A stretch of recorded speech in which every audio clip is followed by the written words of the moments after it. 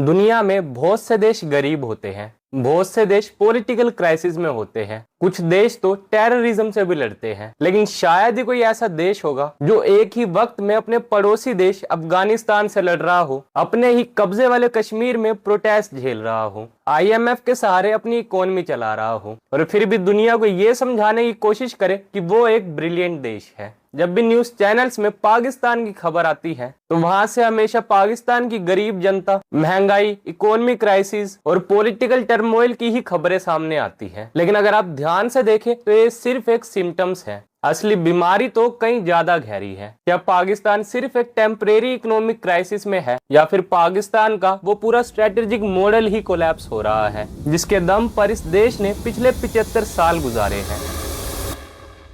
जय हिंद, मेरा नाम है अनुराग शर्मा और स्वागत है आपका एक नई वीडियो में। अक्सर सोशल मीडिया पर लोग बड़ी आसानी से मीम्स बना देते हैं कि पाकिस्तान कल खत्म हो जाएगा या परसों तक तो टूट ही जाएगा।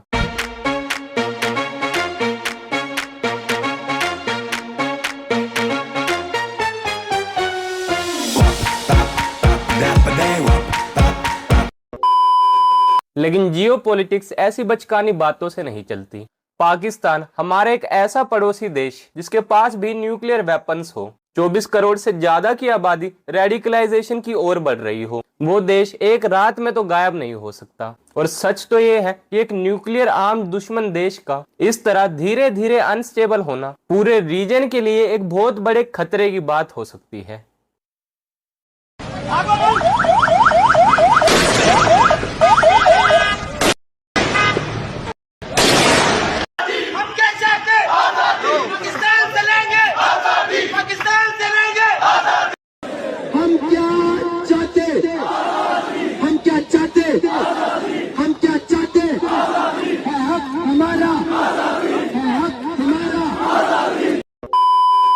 आज जिस तरह से POK में आग लगी हुई है, सेना पर पत्थरबाजी हो रही है और आजादी आजादी के नारे लगाए जा रहे हैं, ठीक ऐसा ही मंजर कुछ साल पहले तक हमारे जम्मू कश्मीर में आर्टिकल 370 हटने से पहले हुआ करता था। और हम सब जानते हैं कि उस पत्थरबाजी के पीछे पाकिस्तान का हाथ था, उनकी फंडिंग और उनका बनाया हुआ टूल किट काम कर रहा था। लेकिन आज कुदरत का करिश्मा कहे या कंगाल पाकिस्तान के फटे हालात, आज इंडिया के कश्मीर में तो शांति और स्टेबिलिटी है, वहाँ G20 समिट्स हो रहे हैं, रिकॉर्ड तोड़ टूरिज्म आ रहा है और अमन चैन की एक नई बुनियाद खड़ी हो चुकी है। दूसरी तरफ जिस POK को पाकिस्तान अपना लॉन्चिंग पैड समझता था, आज वहां उनके अपने रेंजरों के सिरों पर पत्थर टूट रहे हैं। जो गड्ढा उन्होंने हमारे लिए खोदा था, आज वो उसमें खुद गिर चुके हैं। हालात देखकर तो साफ लगता है कि आज POK पाकिस्तान के हाथ से छूटता जा रहा है, क्योंकि वहां की जनता अब उनके इस खोखले कश्मीर नैरेटिव को पूरी तरह नकार चुकी है। तो वहीं भारत सरकार भी POK को लेकर साफ तौर पर ये कह चुकी है कि वो पाकिस्तानी ऑक्यूपाइड कश्मीर वापस लेकर रहेगी, जो भारत का हिस्सा है। होम मिनिस्टर अमित शाह का कहना है POK हमारा है और हमारे पास इसका वैलिड लीगल क्लेम भी है, जिसे लेने के लिए हर सरकार को काम करना होगा। इतना ही नहीं बल्कि external minister doctor S Jaishankar ने तो इंटरनेशनल प्लेटफॉर्म पर पूरी दुनिया के सामने खुलेआम ये कह दिया था, जब उनसे कश्मीर के इश्यू को लेकर सवाल पूछा गया था, कि कश्मीर का मुद्दा उस दिन पूरी तरह सोल्व हो जाएगा जिस दिन पाकिस्तान के अवैध कब्जे से हमारा चुराया हुआ POK हमारे पास वापस आ जाएगा। 22 फरवरी 1994 में भारत की पार्लियामेंट ने एक रेजोल्यूशन लिया था कि जम्मू कश्मीर भारत का एक इंटीग्रल पार्ट है। पहले इंडिया सिर्फ बताता था कि POK हमारा हिस्सा है, लेकिन आज बदलते हुए हालातों को देखते हुए लगता है कि इंडिया को अपना POK वापस लेने के लिए फोर्स का भी यूज ना करना पड़े। वहां की जनता खुद पाकिस्तान के इस कंगाल सिस्टम से इतना तंग आ चुकी है कि वो खुद भारत में शामिल होने की बात करने लगी है। तो वही दूसरी तरफ अब अफगानिस्तान भी पाकिस्तान के गले की हड्डी बन चुका है, जो कि ये तो पाकिस्तान की खुद की अपनी लगाई हुई आग है। आज जिस तरह से अफगान तालिबान एक के बाद एक पाकिस्तान को उनके वेस्टर्न बॉर्डर पर पीट रहे हैं, वो वाकई देखने लायक है। इतना मजा तो आपको FIFA वर्ल्ड कप देखने में ना आए जितना मजा आपको पाकिस्तान को अपने ही पाले हुए तालिबानियों के हाथों पिटता हुआ देखने को मिले।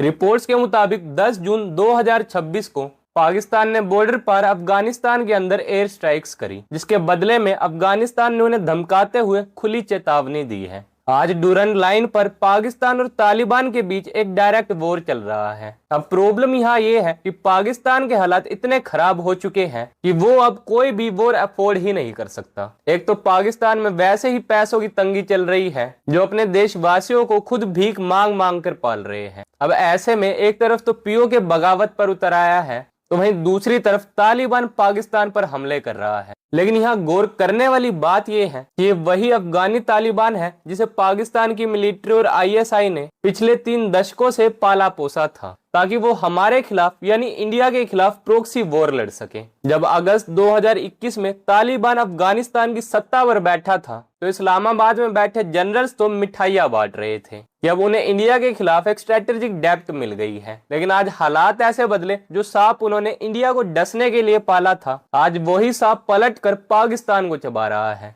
तालिबान, जो उनका कभी अपना इतना बड़ा एसेट हुआ करता था, वो अब उनका सबसे बड़ा सिक्योरिटी नाइटमेयर बन चुका है। तो उनका पुराना रोना फिर शुरू हो गया है। अब पाकिस्तान की एस्टेब्लिशमेंट और वहां की रो रो कर बुरा हाल करने वाली मीडिया एक नया ढिंढोरा पीट रही है। उनका कहना है कि पीओके और बलूचिस्तान में जो कुछ भी आग लगी है, उसके पीछे इंडिया का बैकडोर हैंड है। जैसे धुरंधर फिल्म में हमजा अली पाकिस्तान में घुसकर लियारी पर कब्जा करता है और वहां के पूरे आतंकी स्ट्रक्चर को डिस्टेबलाइज कर देता है, उसी तरह रियल लाइफ में भी इंडिया के स्पाई पाकिस्तान में घुसकर इंस्टेबिलिटी फैला रहे हैं। कभी बलूचिस्तान बगावत पर उतर आता है, कभी पीओके के लोग बगावत पर उतर आते हैं और बची कुची कसर अफगान के तालिबानी पूरी कर रहे हैं। जिस बीच पाकिस्तान में एक अननोन शूटर भी घूम रहा है, जो आए दिन लश्कर तैयबा के आतंकवादियों को चुन चुन कर ठिकाने लगा रहा है। मतलब आज पाकिस्तान के हालात को देखकर लगता है कि ये देश धीरे धीरे सिविल वॉर की तरफ बढ़ रहा है। कहीं लोग आटे और चीनी के लिए इनके रेंजरों को दौड़ा दौड़ा कर पीट रहे हैं, तो कभी अफगानिस्तान वाले सुबह शाम इनकी सेना को बॉर्डर पर धो रहे हैं, जिसका जिम्मेदार खुद पाकिस्तान ही है। बाकी आपको क्या लगता है,